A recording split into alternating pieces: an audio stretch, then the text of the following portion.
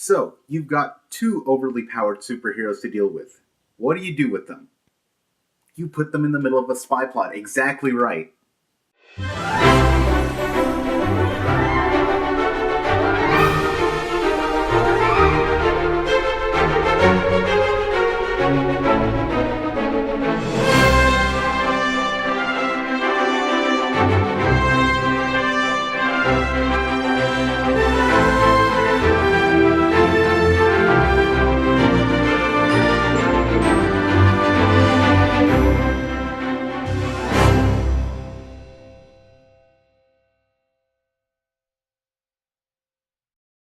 Hello, Winternet. Welcome to Tales Showcase, where our protocol for dealing with traitors is and always has been lightning.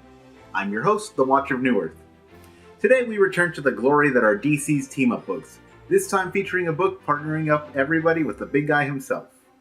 DC Comics Presents, similar to Brave and the Bold, was a book with the express purpose of teaming a variety of characters with one title character, with this book featuring Superman instead of old Batsy. This issue was written by comic legend and Firestorm co-creator Jerry Conway, with art by the late Deathlock creator Rich Buckler. So, what sort of adventure can we expect from two overpowered individuals? International espionage, of course! This is DC Comics Presents number 45. Our story begins with conspirators against the US on an airplane making their escape. However, Superman catches up with the plane and subdues it, by plowing right through it. It's a bird! It's a plane! No, it's at least 3 casualties.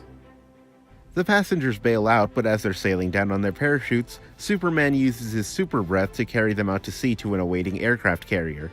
There, sailors gather on the deck with one of them taking a picture, jokingly saying that it may win him a Pulitzer. The narrator informs us that the photo will go on to win the award, as the camera takes a picture just as the man holding the smuggled equipment is hit by lightning. Look, I'm not saying this is a bad picture by any stretch. All I'm saying is that, for a Pulitzer, you'd kind of expect more of a steep competition. This seems more at home like in America's Funniest Photos. And even then, it's a toss-up on whether or not you'll win. I mean, it didn't even hit him in the groin. Superman zooms in and catches the man, whose name is Christopher Cross. Surprisingly, Cross was not dead, and as Superman grabs him, he says that Superman did this to him. Superman says he's delirious. Is he? Is he, though?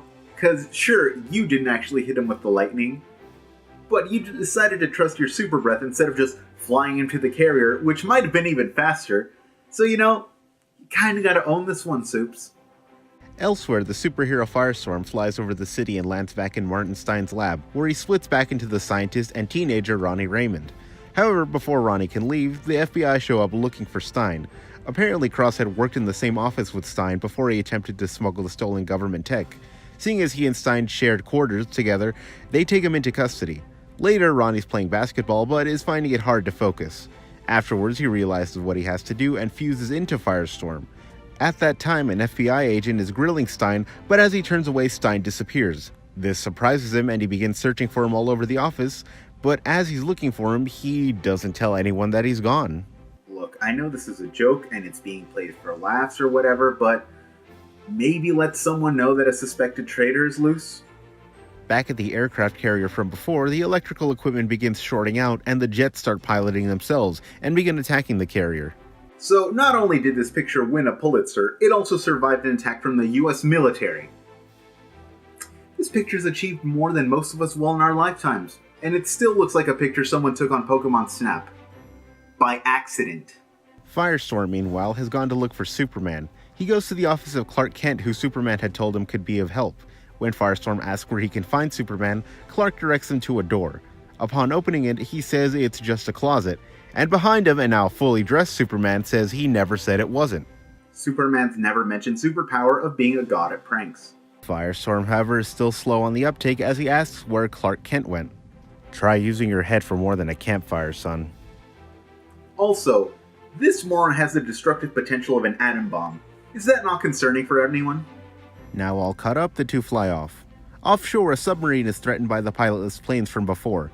They fire on the sub as the duo fly by, and Superman destroys the missile by flying so fast he creates a sonic boom which detonates the missiles. However, this creates fallout which Superman stops by creating a tidal wave that encapsulates the cloud, which he then freezes and throws into space. Does that line up with any form of science?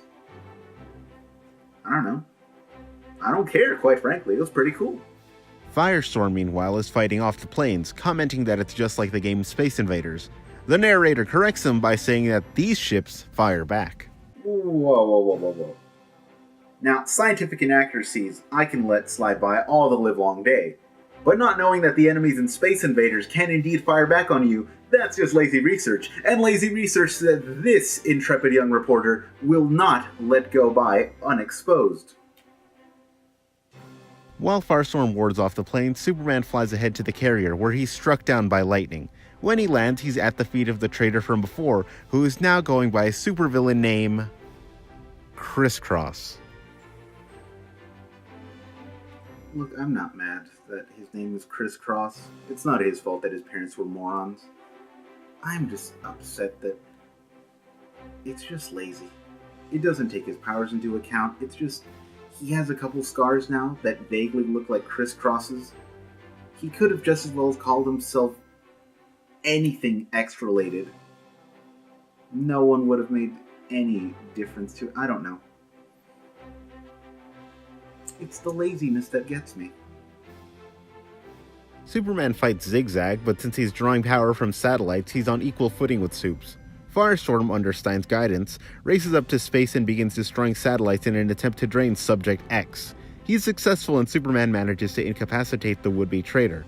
They bring him back into custody and clear Stein's name, and the comic ends with Firestorm splitting back into his dual identities and utterly confusing the FBI agent from before, causing Superman to crack up. Oh, it's so fun to think about how incompetent our government is. They're in charge of our lives and they don't know what they're doing.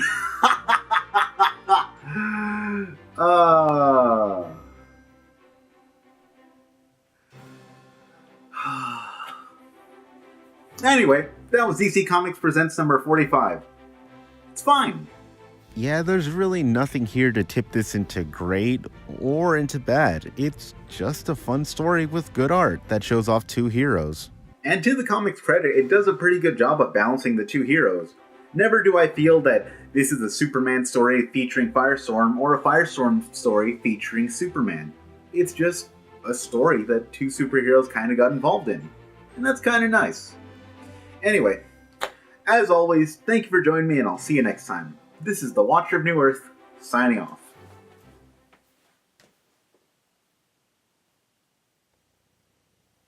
Hi, I'm the Watcher of New Earth. If you like that video, hit that subscribe button, maybe even the bell icon.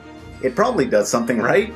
I mean, YouTube hired someone to put it there, so the least we could do is show appreciation by hitting it.